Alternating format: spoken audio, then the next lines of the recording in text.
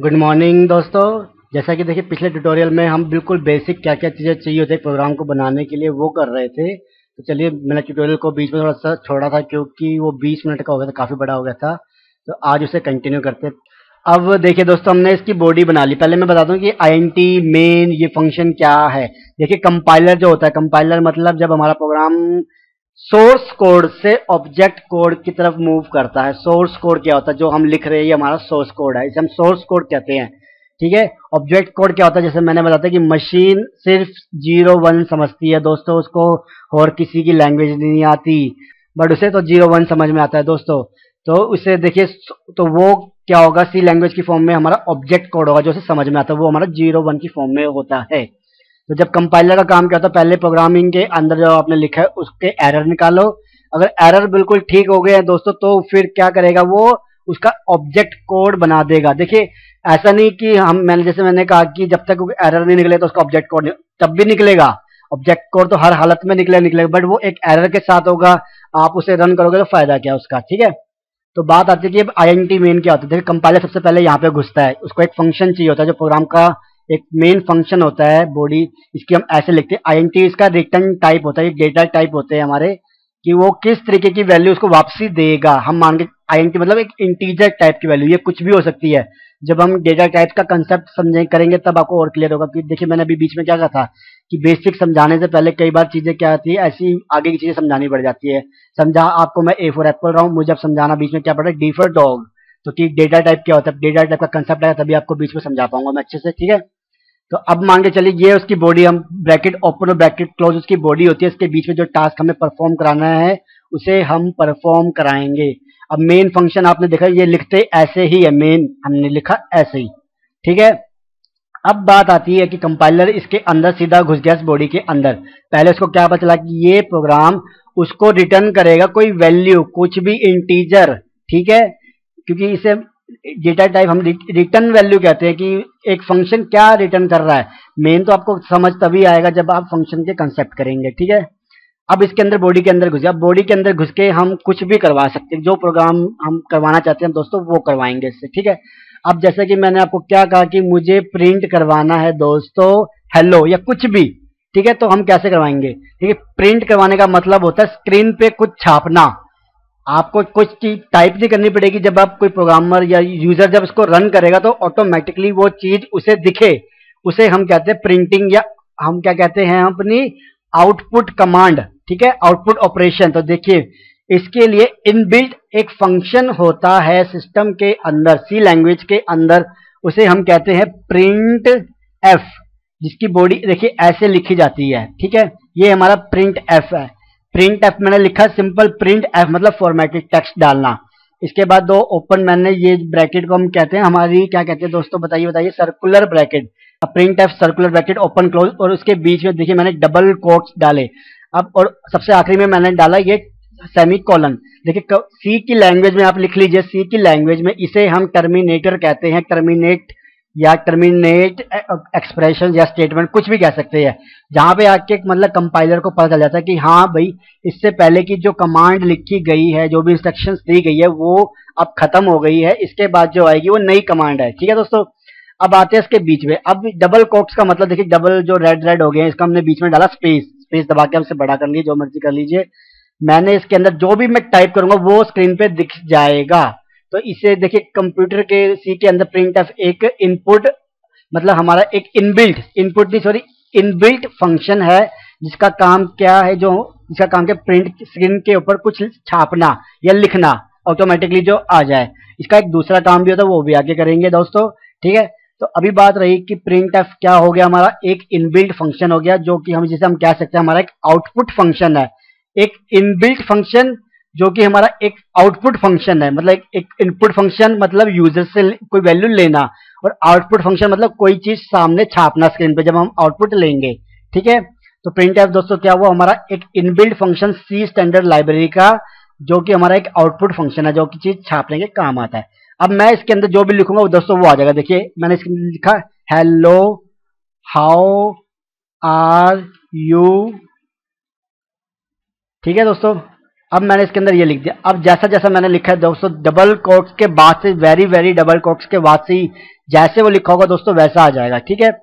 अब बात आती है इसके अंदर दो चीजें डालने की। देखिए चीजें क्या डालनी है, एक डालता हूं मैं CLR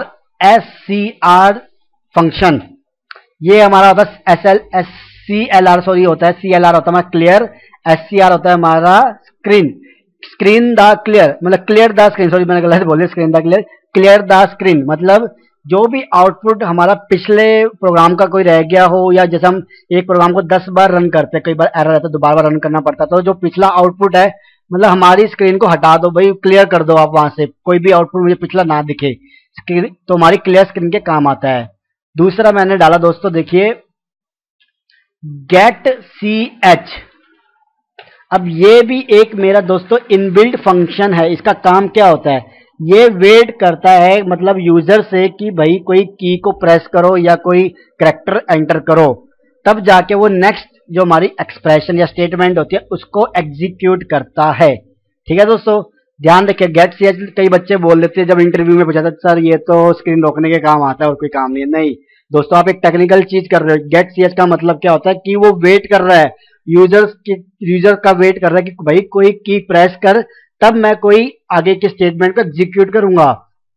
जैसा कि आप कोई वेबसाइट या कोई सॉफ्टवेयर यूज करते हैं, उसमें लिखा था ना कि एंटर एनी की, एंटर प्रेस एनी की, उसका मतलब क्या होता है कि भैया कोई चीज प्रेस करो तब जाके अगली चीज आएगी। तो वही काम इसका है यहाँ पे कि गेट CH मतलब यूजर से कोई इनपुट लेना चाहता है किसी की का।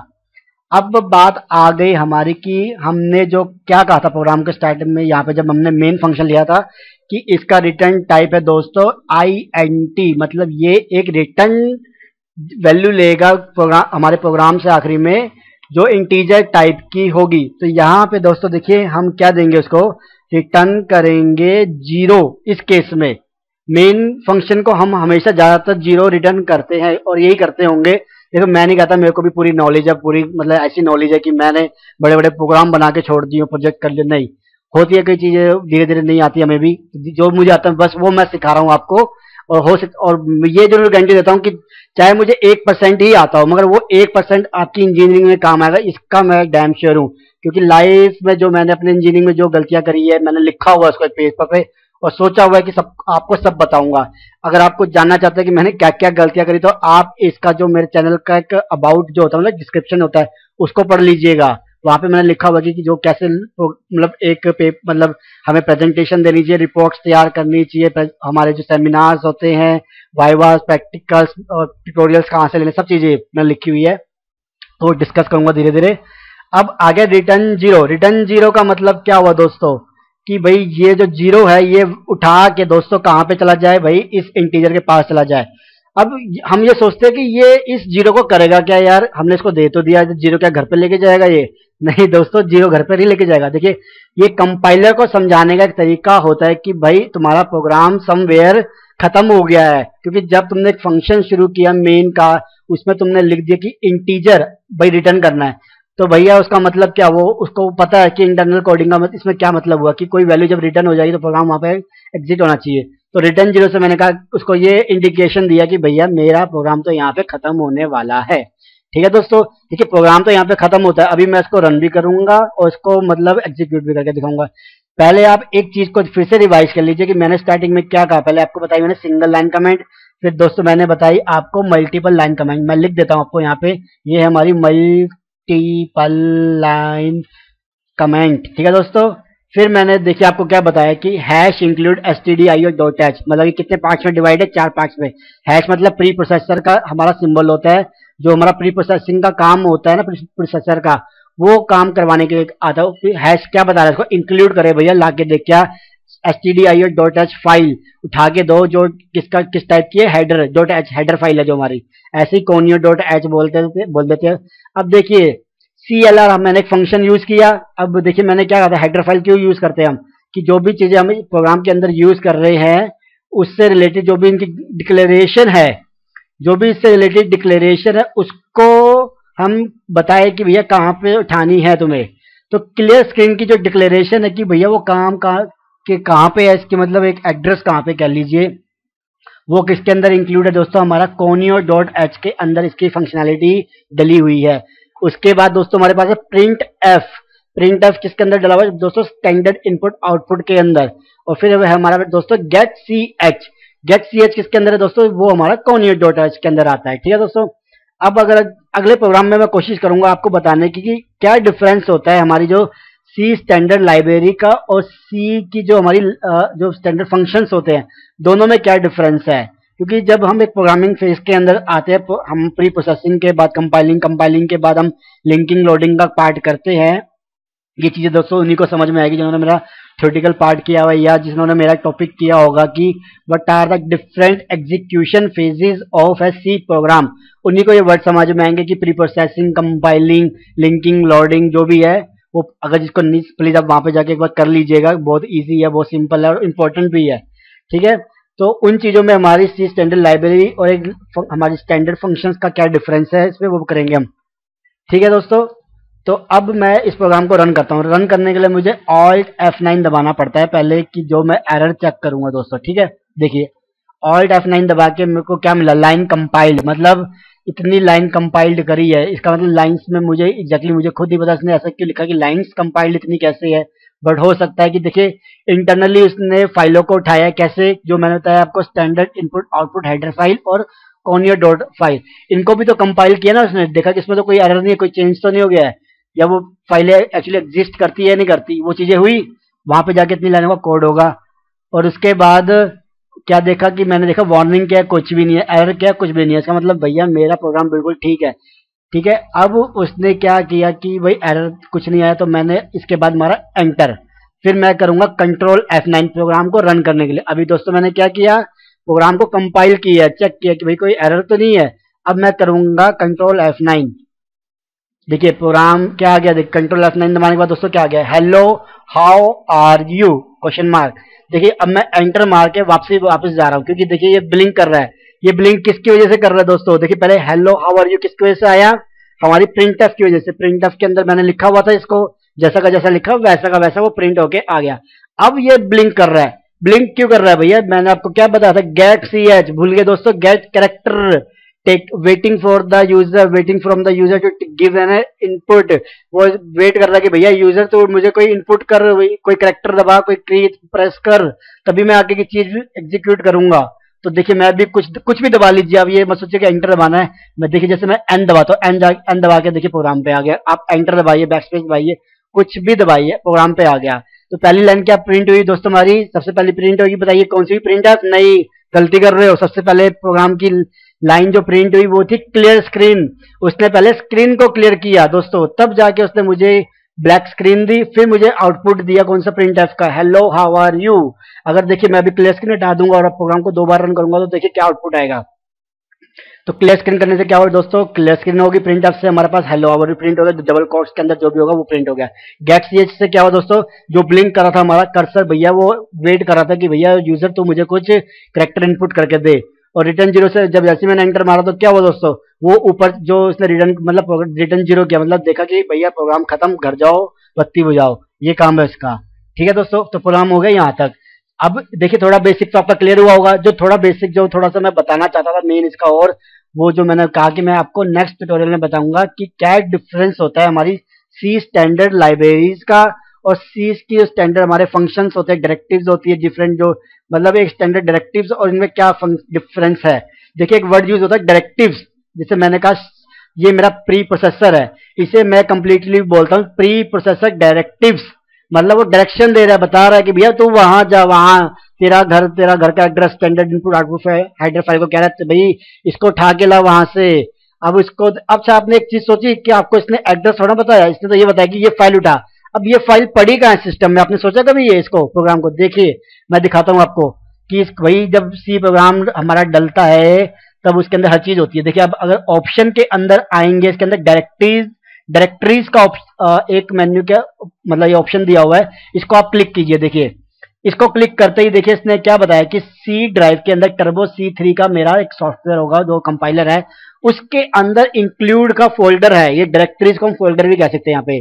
ठीक है, और उसने क्या कहा, दूसरी हमारी जो लाइब्रेरी डायरेक्टरीज है वो कहाँ पे दोस्तों? वो हमारी टर्बो C3 के अंदर LIB के नाम से है। एक और जो दोस्तों उसने क्या कहा कि हमारी जो आउटपुट डायरेक्टरी वो कहाँ पे दोस्तों, हमारी टर्बो C3 के सोर्स में है। ऐसी सोर्स डायरेक्टरीज का हमारी सोर्स के अंदर है। ठीक है दोस्तों, तो ये पता चला उसको आपको क्यों यहाँ पे आपको लिखने की जरूरत नहीं पड़ेगी वे सी ड्राइव में जा ये कर वो कर, नहीं, क्योंकि डायरेक्टली ही विंडोज के अंदर जब ये कंपाइलर डालते तो सारी ये पोजीशन अपने आप सेव हो जाती है। अब मैं आपको दिखाता हूं कि क्या मेरे सिस्टम में कैसे है ये। देखिए अभी आजा बेटा बाहर आजा, आ गया, देखिए आ गया आ गया। देखिए ये मेरे सी ड्राइव है। सी ड्राइव के अंदर मैं गया, सी ड्राइव के अंदर टर्बो C3 में जाना था। टर्बो C3 के अंदर देखिए दोस्तों क्या थी, एक इंक्लूड डायरेक्टरी थी। इंक्लूड डायरेक्टरी के अंदर देखिए हेडर फाइल है सारी मेनली। ठीक है दोस्तों, जो उसको इंक्लूड करनी होती है। अब मैं देखूंगा अगर कि भैया वो standard input output header file ये रही दोस्तों। देखिए अगर मैं इसको ओपन करूंगा तो ये नहीं होगी। मैं अभी एंटर मार के नहीं देखूंगा क्योंकि मैंने खुद कभी मार के नहीं देखा, तो प्रोग्राम में कोई एरर ना आ जाए। इस फाइल को देखिए, ये मिल गई इसको फाइल ऐसी। देखिए उसके अंदर मैंने क्या कहा, टर्बो C3 के अंदर जो मैंने दिखाया था हमारी फाइल है जो ये रही वो लाइब्रेरी फाइल। देखिए ये आ गई, ये हमारी लाइब्रेरीज होती है।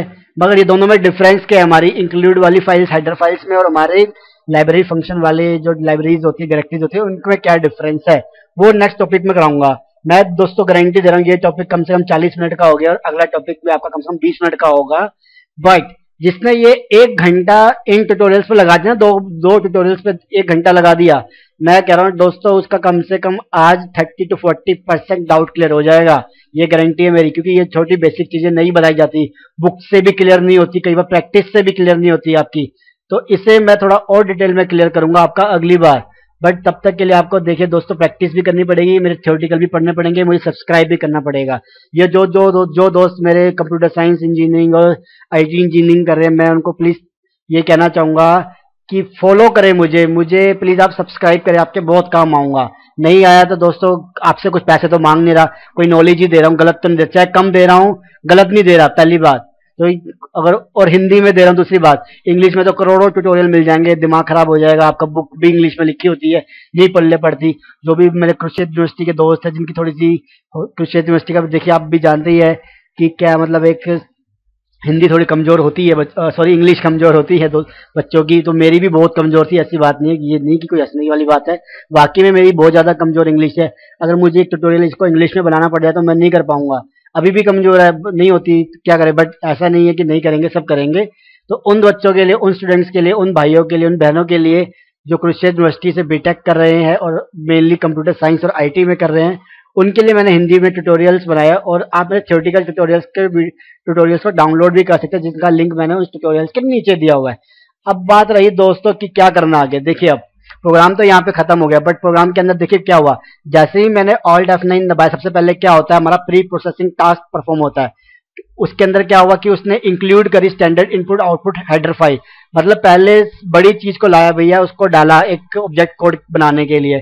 फिर उसने देखा कि भैया नीचे क्या, क्लियर स्क्रीन प्रिंटफ और गेटसीएच, मतलब क्लियर स्क्रीन प्रिंटफ गेटसीएच के एक तरीके से अगर मैं अपनी हिंदी भाषा में क्या हूं समझाने के लिए, उसने देखा कि ये बच्चे हैं, क्लियर स्क्रीन प्रिंटफ और गेटसीएच बच्चे हैं, तो उसने देखा इनका बाप कौन है, भैया बाप बताओ मुझे कौन है। तो सिस्टम ने बताया, भैया सी लैंग्वेज ने बताया, इनका बाप है standard input output header file और कौन ये डॉट हेडर फाइल, इनके अंदर भैया ये इनके बाप है और ये नीचे जो है इनके बच्चे हैं, सबके बाप का अपने अपने बच्चे हैं और उसके हिसाब से उनकी फंक्शनैलिटीज बताई हुई है, वो करी हुई है। ठीक है दोस्तों, तो ये था आज का ट्यूटोरियल, और तो प्लीज आप चैनल को सब्सक्राइब करें। तब तक के लिए दोस्तों thank you, take care, bye.